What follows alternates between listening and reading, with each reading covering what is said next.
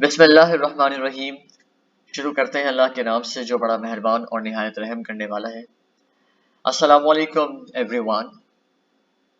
Thank you for this wonderful opportunity جس میں آج ہم سب یہاں پہ گیدر ہوئے ہیں and we are live also on YouTube and we are going to discuss کہ اصل جنگ کیا ہے. 21ویں صدی کی میں بات کر رہا ہوں جس میں ہم رہ رہے ہیں 2023. دا بگیسٹ کوشچن، سب سے بڑا سوال ہے اصل جنگ ہے کیا؟ اور اس سوال کے جواب کے لیے سب سے پہلے تو ہمارے پاس علم کا ہونا بہت زیادہ ضروری ہے. اور میں اس علم کی بات کر رہا ہوں جس میں تاریخ آتی ہے، یہودیوں کی، مسلمانوں کی، عیسائیوں کی. ہمیں ان کی تاریخ کا پتہ ہونا بہت زیادہ ضروری ہے. And then we will be able to answer this question. Today in this session, we are going to figure out what is the history of عیسائیوں کی تاریخ کیا ہے، مسلمانوں کی اور ان سے جڑی ہوئی یہودیوں کی. ٹھیک ہے جی، تو سٹارٹ کرتے ہیں. بیت المقدس 3 مذاہب کی مقدس جگہ ہے. مسلمانوں کا قبلہ، عیسائیوں کے لیے یسوع کی جائے ولادت، یہودیوں کے لیے ہیکل سلیمان. ان 3 بلٹ پوائنٹس کو یاد رکھیے گا، اسی میں ہی ہم جو ہے وہ اپنی ہسٹری کو چلاتے رہیں گے. یہ بیسک چیزیں ہیں، ٹھیک ہے. And we are very much into weak in knowing the basic things. ہمیں بنیادی چیزیں نہیں پتا. ہم تو فتنے کو بھی برائی کہتے ہیں. بھائی فتنے کا مطلب برائی نہیں ہے، فتنے کا مطلب ہے آزمائش. اولاد بھی تو فتنہ ہے، تو کیا وہ برائی ہے؟ نہیں، وہ آزمائش ہے. آج جو غزہ میں ہو رہا ہے، اسرائیل کر رہا ہے، فلسطین میں جو ہو رہا ہے، اور ہمارا کیا ری ایکشن ہے؟ بیٹھے ہوئے ہم یہاں پہ اپنے ملک کے اندر اور 4 دیواری کے اندر ہم سوچ رہے ہیں یہی ہماری جنت ہے. ایسا ہی ہے، میں بھی یہی سوچ رہا ہوں، آپ بھی یہی سوچ رہے ہوں گے. حالانکہ یہ جنت نہیں ہے، یہ ہماری ایکچولی دوزخ ہے. اور جو وہاں کی دوزخ آپ کو لگ رہی ہے کہ جس طریقے سے لوگ شہید ہو رہے ہیں وہ اصل جنت کا سودا کر رہے ہیں.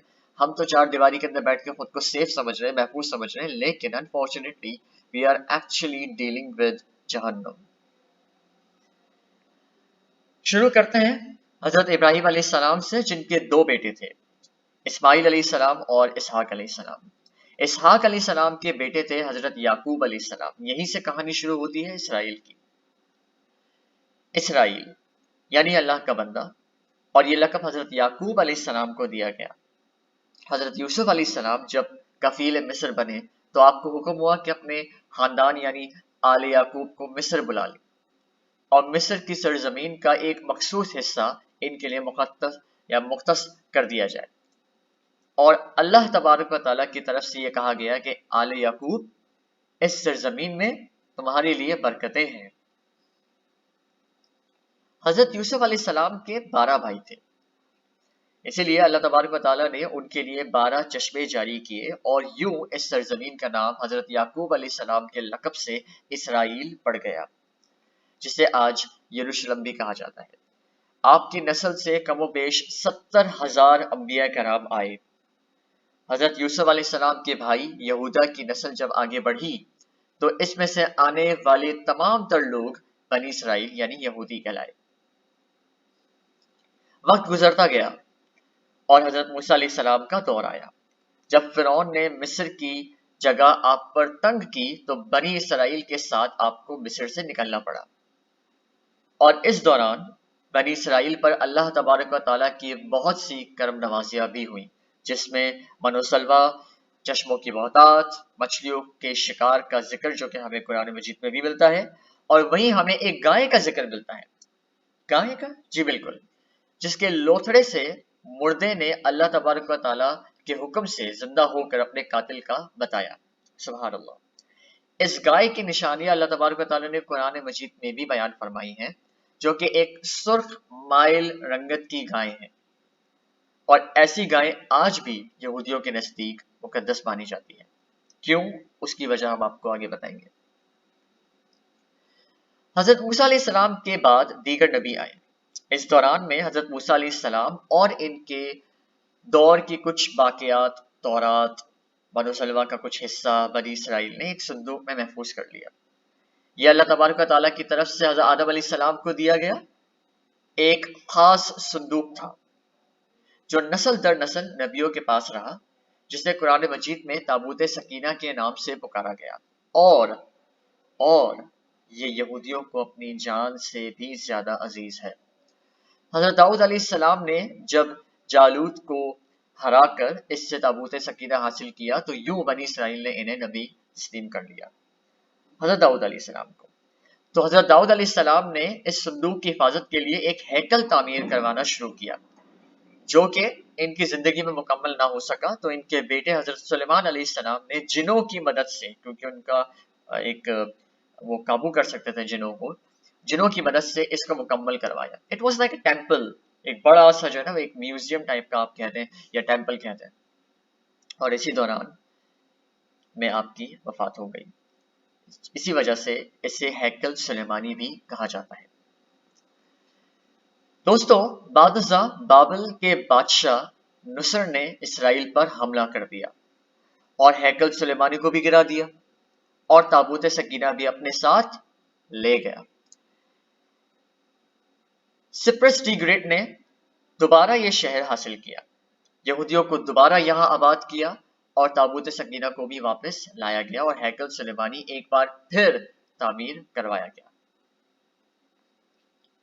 پھر سے وقت گزرا اور حضرت عیسیٰ علیہ السلام کی آمد ہوئی، جنہیں نعوذ باللہ یہودیوں نے دجال، ناجائز اور کیا کیا لقب دیے. یہاں سے یہودیوں میں سے دو الگ قومیں ہو گئیں، ایک یہودی اور دوسرے عیسائی. یہودیوں نے سازش کر کے حضرت عیسیٰ علیہ السلام کو سلیب پر چڑھانا چاہا تو اللہ تبارک و تعالیٰ نے کیا کیا؟ اللہ تبارک و تعالیٰ نے انہیں اپنے پاس بلا لیا. یہ سب ہم بات جانتے ہیں، وہ آج بھی ہیں. اس کے بعد یہودیوں اور عیسائیوں میں کئی چھوٹی موٹی جنگیں ہوئیں. پھر عیسائی رومی بادشاہ ٹائٹس نے اس شدت سے یروشلم پر یعنی اسرائیل پہ حملہ کیا کہ اس پورے علاقے کی اینٹ سے اینٹ بجا دی اور ہیکل سلیمانی کو بھی گرا دیا گیا، یعنی کہ دوسری مرتبہ گرایا گیا، جس کی آج صرف ایک ہی دیوار اپنی اصلی حالت کے اندر ہے، جسے دیوار گریا کہا جاتا ہے، جہاں یہودی جا کر تورات کی تلاوت کرتے ہیں اور یہ ان کے لیے بڑی ایک امپورٹنٹ پلیس ہے. اور گریا وزاری بھی کرتے ہیں. تابوت سکینہ بھی نہ جانے کہاں غائب ہو گیا اس وقت. ٹھیک ہے. ٹائٹس کے حملے کے بعد یہودی آخری نبی کا انتظار کر رہے تھے، کیونکہ اللہ پاک کا ان سے وعدہ تھا کہ انہیں پھر عروج بخشا جائے گا.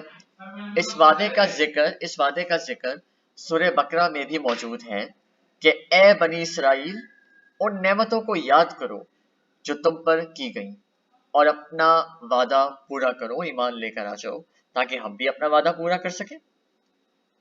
ٹھیک ہے جی، آخری نبی کا انتظار کرتے ہیں. پھر قیامت کی نشانیوں میں سے ایک نشانی یہ بھی ہے کہ ہیکل سلیمانی کی 3 مرتبہ تعمیر ہوگی. 2 مرتبہ ہو چکی، اب تیسری مرتبہ ہونی ہے.